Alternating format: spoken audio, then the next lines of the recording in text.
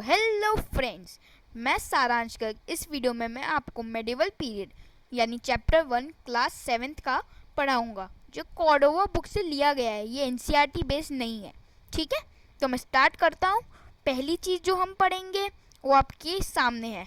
हमने पहली चीज़ जो पढ़ने वाले हैं वो है types of history. Types of history, फिर मीनिंग ऑफ मेडिवल और फिर टाइप ऑफ मेडिवल पीरियड्स। ये सिर्फ अभी इस स्लाइड का, अगली स्लाइड का इसको समझने के बाद जानते हैं, ठीक है। तो टाइप्स ऑफ हिस्ट्री के अंदर बताया कितने पीरियड्स थे। 3 पीरियड्स थे जिनका नाम था ancient period, medieval period, modern period. फिर हमने पता है कि अब ये 3 पीरियड थे। एंशिएंट हमने 6th क्लास में पढ़ लिया, मेडिवल हम 7th क्लास में पढ़ रहे हैं, ठीक है। तो इस मेडिवल का मतलब क्या निकलता है, वो है कि जो पीरियड एंशिएंट और मॉडर्न के बीच में आता है, यानी the period that lies between the ancient and the modern period of the history is known as medieval period, ठीक है। ये आ गया अपना। उसके बाद मेडिवल के 2 टाइप्स हैं जिनको अभी हम कंसीडर नहीं करते हैं। ज़्यादातर सिर्फ मेडिवल पीरियड माना जाता है, कभी भी इनके 2 नहीं पार्टीशन किए जाते हैं, ठीक है। तो अर्ली मेडिवल पीरियड के अंदर आता है 8th सेंचुरी से लेकर 13th सेंचुरी तक। 8th सेंचुरी से लेकर 13th सेंचुरी तक, यानी आप सोच सकते हो कितनी सेंचुरीज। और मैं अगर आपको BC और CE के अंदर से आपको बताऊं इसका टाइम, तो ये कुछ निकलेगा 700 CE टू 1200 CE। फिर लेट मेडिवल पीरियड के अंदर है ये 13th सेंचुरी से लेकर 18th सेंचुरी तक, यानी 1200 टू 1750 CE तक। सेकेंड पॉइंट में पावरफुल किंगडम्स अर्ली मेडिवल में थे पालास, प्रतिहाला, राजकुचार, चोला, राजपूत, और लेट के अंदर थे अफगान, मुगल, टोक्स एक्सेट्रा। ओके, तो अब मैं बताऊंगा इंडिया जो है, इंडिया के नाम से नहीं जानी जाती थी, पहले काफ़ी अलग नामों से जानी जाती थी। तो वो कुछ 2 नाम जो फेमस है वो है जम्बूद्वीपा और भारतवर्षा। तो बेसिकली कहानी क्या है कि भारतवर्षा क्यों बोला जाता है, क्योंकि उस टाइम पे भारता नाम की एक ट्राइब रहती थी जो रहती थी और रूल टाइप करती थी, ठीक है। उसके बाद आता है कि हमें ये नाम जो है ये वेदा यानी ऋग वेदा में भी मेंशन किया गया है। इसको पुराण भी रेफर करते हैं, ठीक है। तो हमारा ये जो इंडिया नाम बना कैसे, तो ये है कि ओल्ड पर्शियन वर्ड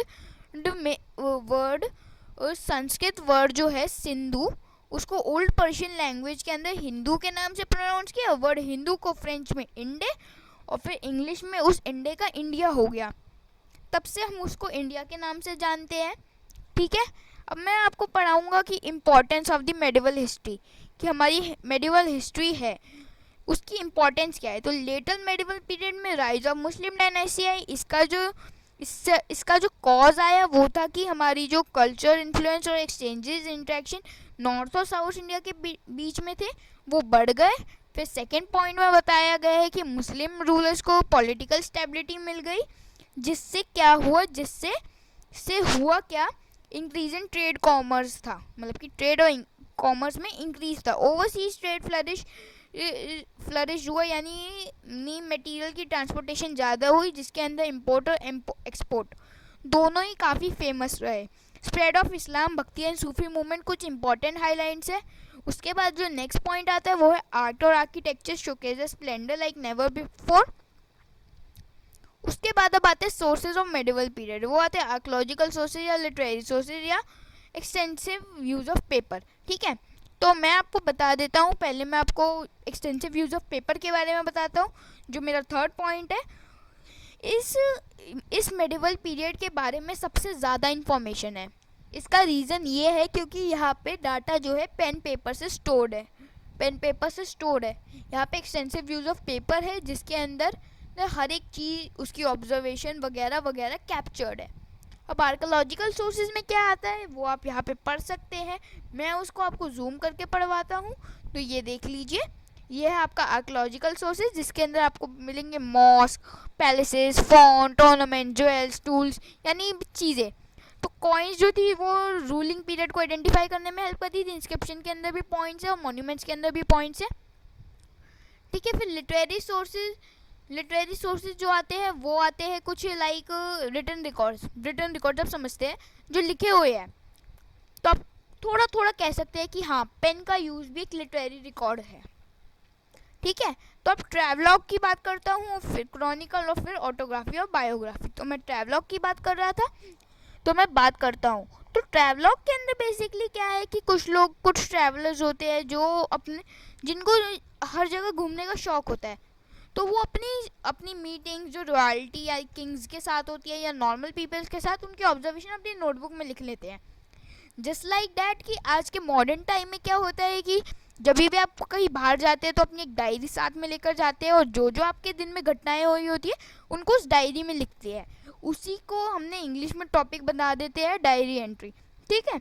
तो वैसे इसके बाद जो आता है सेकेंड पॉइंट मेरा, वो है क्रॉनिकल्स। लेकिन इसके ऊपर जाने से पहले मैं आपको ट्रैवलॉग्स के एग्जाम्पल बताऊंगा। तो एल बरूनी एक ट्रैवलर थे जो सेंट्रल एशिया से आए थे और अपनी इंडियन फिलॉसफी यानी इंडिया की कल्चर और फिलॉसफी को एक बुक में लिखते हैं जिसका नाम है किताब फी तौकीक माल ली हिंद। नाम थोड़ा डिफिकल्ट है ना, इसलिए इसको छोटे से नाम में बोला जाता है तारिक एल हिंद। ओके। तो इसके बाद जो आता है हमारा ट्रैवलर, वो आता है आईवीएन बटूता। वो जो थे मोरक्को, एक बर्थ प्लेस जो उनकी थी, वहाँ से ट्रैवल किया था और रिखला बुक लिखी है जिसके अंदर उन्होंने अपने रूल ऑफ तुगलुक्स के बारे में बताया है। फिर आता है एक अब्दुल राकाक, काफ़ी अजीब नाम है। उन्होंने विजयनगर का किंगडम जो था उसको विजिट किया था। फिर बाकी सारे भी वो आए ट्रैवलर्स, जैसे निकोलो कॉन्टी फ्रॉम इटली, डूटे बैरबोसा और डोमिंग पैस पोर्टुगल से, sir Thomas Roy from England, और एक फेमस ट्रैवलर जिनको हम जानते ही है मार्को पोलो ऑफ वेनिस। उसके बाद अब मैं बता दूं क्रॉनिकल्स। तो क्रॉनिकल्स घटनाएं होती है जो बुक में लिखी जाती है डेट बाय डेट के हिसाब से। तो इसके एग्जाम्पल से राजा तरंगी जो कलिहाना ने लिखी थी, जो history of Kings of Kashmir के बारे में दर्शाती हैं और बताती हैं। तारिक ई फिरोज शाशी एक बुक है जो ज़ियाउद उद्दीन बरानी ने लिखी है, ठीक है।